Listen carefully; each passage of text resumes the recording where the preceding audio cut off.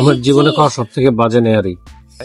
যারা এই বাংলা যে স্যুপটা আছে, নাস্তার স্যুপটা যারা পছন্দ করেন, যারা এই স্যুপের কালারটা একটু দেখেন, কালারটা দেখে তারপরে একটু চিন্তা করেন যে আমার রিয়াকশন বা আমার কথা কি ঠিক আছে কিনা।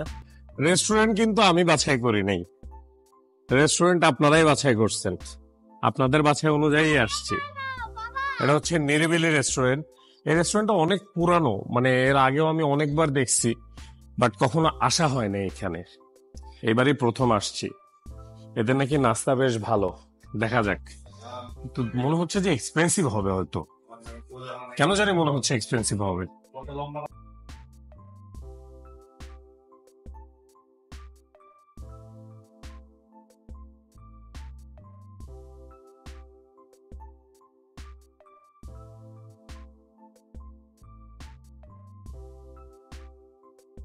ব্যাপারটা হচ্ছে কি, এমডি হানিফ হারুন ভাই, আপনার রেকমেন্ডেশনটা, ব্যাপারটা হচ্ছে যে আমি কমেন্ট চেক করার সময় আপনার রেকমেন্ডেশনটা সবার আগে চোখে পড়ছে, এই কারণে আমি এখানে আসছি।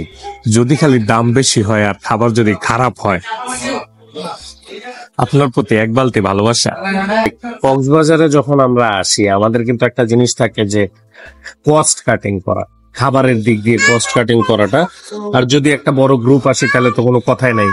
তো এখন যেমন আমি এখন যেটা নিছি, মনে করেন একটা ডিম অমলেট নিছি হচ্ছে 30 টাকা, মিক্সড ভাজি নিছি 60 টাকা মানে 90 টাকা, চিকেন স্যুপ নিছি একটা 200 টাকা মানে 290 টাকা, আর গরুর পায়া নিছি একটা 350 টাকা 640 টাকা, আর একটা মুগ ডাল নিছি হচ্ছে 60 টাকা মানে 700 টাকা।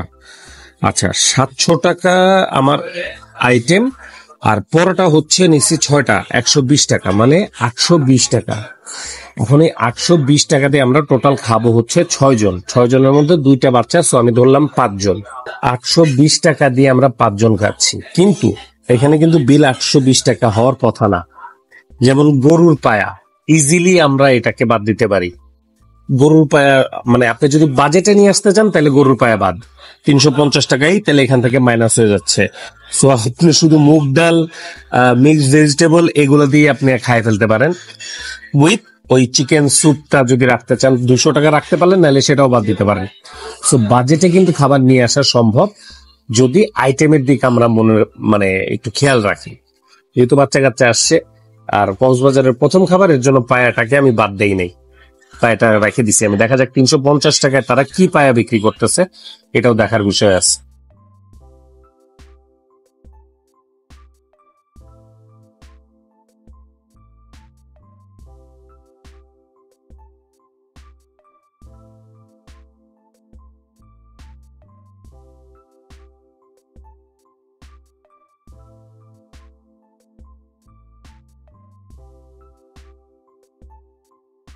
আমার জীবনে খাওয়া সব থেকে বাজে নেয়ারি।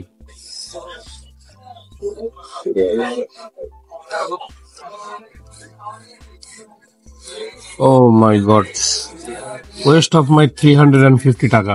নেহারির একটা ওই বড় একটা নলি নিহারি আর কি, বড় উপাদান হচ্ছে এই ঝোলটা। সো এই ঝোলটা যদি আমার মুখে যদি ভালো না লাগে, নেহারি আমি কিভাবে খাবো আমি জানি না। আমি চিটাং এর ওই নলি নেহারি খেয়ে আমার একটা হাই এক্সপেকটেশন চলে আসছিল যে এখানেও হয়তো নেহারিটা খুব মজা লাগবে, এই কারণে আমি নিছি সকাল সকাল এসে, কিন্তু আমার খুব একটা পোষাইলো না বিষয়টা। I am very sorry. একটু স্যুপটা একটু খাই, হ্যাঁ আমরা একটু স্যুপ ট্রাই করি। বিসমিল্লাহ।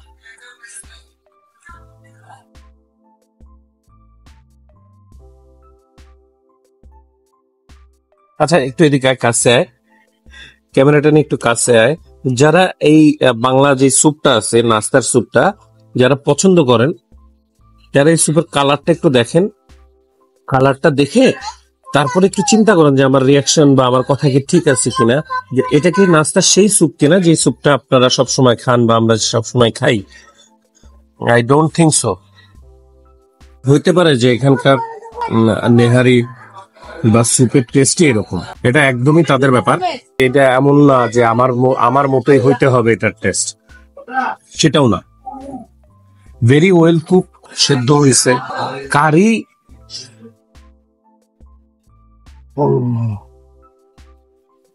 বাবা এর সব তোমার।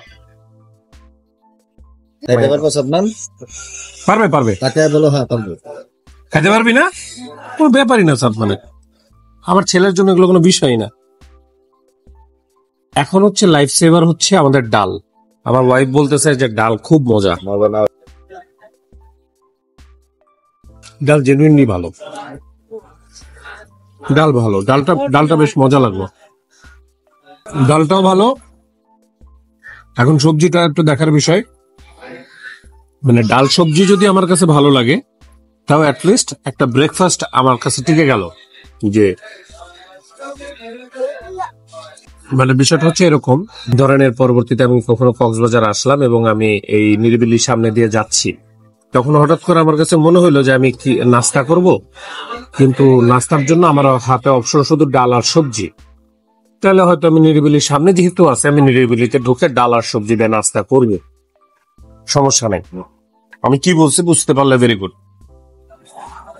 একান্তই আমার অনেস্ট অপিনিয়ন দিলাম। এটা জরুরি না আমার টেস্টের সাথে আপনার টেস্ট মিলে যাবে, বাট যেটা সেটাই। যদিও আমি এটার ভাজি নিয়ে ভালো কথা বলছি, মানে পজিটিভ বলছি যে হ্যাঁ আমার কাছে ভালো লাগছে, এখানে আমাদের ভাই সেবার একটু ডিফারেন্ট মতামত আছে। ভাজি কিভাবে ভালো বললে? আমার প্রশ্ন হচ্ছে ঠিক হয় সেটা হতে হবে, এটা সেরকম বিষয় না, বাট ভাজিটা আমার কাছে একেবারে অখাদ্য লাগে।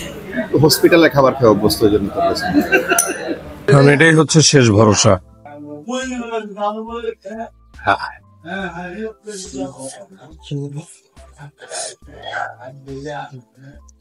সেটা খাই একটু শান্তি পাইলাম।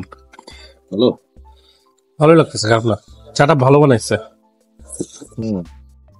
গুড, চা ইজ ভেরি গুড। তো নাস্তা তো করে বেরোইছি এই যে এই নিরিবিলির থেকে। এখন ব্যাপারটা হচ্ছে যে সত্য কথা বলি, নিরিবিলির নাস্তাটা হয়তো আমার জন্য না, মানে আমার কাছে ভালো লাগে নাই ভাই। ডালটা আর ভাজিটা আমার কাছে মোটামুটি একটা খাওয়ার মতো লাগছে, আদারওয়াইজ কোনো খাবারই আমার কাছে ভালো লাগে নাই। আর নেহারিটা তো একদম মানে যাচ্ছে তাই লাগছে আমার কাছে, প্লাস মুরগির স্যুপটা আমার কাছে ভালো লাগে নাই।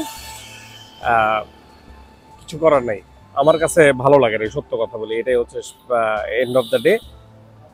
আর পরবর্তীতে দেখা যাক কোথায় খাওয়া যায়। আরো তো অনেক রেকমেন্ডেশন আছে দুপুরের খাবার, রাতের খাবারের জন্য অনেক ধরনের রেকমেন্ডেশন আমি পাইছি। ইনশাল্লাহ সবগুলাই যাওয়ার চেষ্টা করব, যেহেতু প্রায় 2-3 দিন আছি আমি কক্সবাজারে। আর এখন যাব হচ্ছে ইনানির পরে দি ওয়েভ রিসোর্ট। এর আগেও আমি এখানে আসছিলাম এবং সেখানে কিছু ভিডিও করছিলাম। তো সেটার জন্য আমার ওয়াইফ আবার খুব ইচ্ছা করছিল যে না অনেক সুন্দর রিসোর্ট, আমি একটু যাব। মানে নিরিবিলি, মানে নিরিবিলি হোটেলের সামনে নিরিবিলি ওই থাকার জন্য আর কি, সেরকম কোনো হ্যাপেনিং প্লেস না, বাট খুব রিল্যাক্সে থাকার জন্য একটা জায়গা আর কি। তো আমরা এখন সেই ওয়েভ রিসোর্টে যাব। দ্যাট মিনস এইখান থেকে 24 কিলো থেকে 25 কিলো দূরত্ব। তাই এখানে খুব দামাদামি করতেছি। অটো রাজি হয়ে গেছে, 650 টাকা নিবে। যদিও এর আগের বার 500 নাকি 550 টাকা দিয়ে গেছিলাম, কিন্তু এবার আর পারতেছি না, অনেকজন মানুষ, অনেকক্ষণ দামাদামি করছি, কাজ হয়নি। 650 টাকা। তো এনিওয়ে, তাহলে এই পর্বটা এখানে শেষ করি। পরের পর্ব ইনশাল্লাহ আমাদের রিসোর্টে দেখা হবে।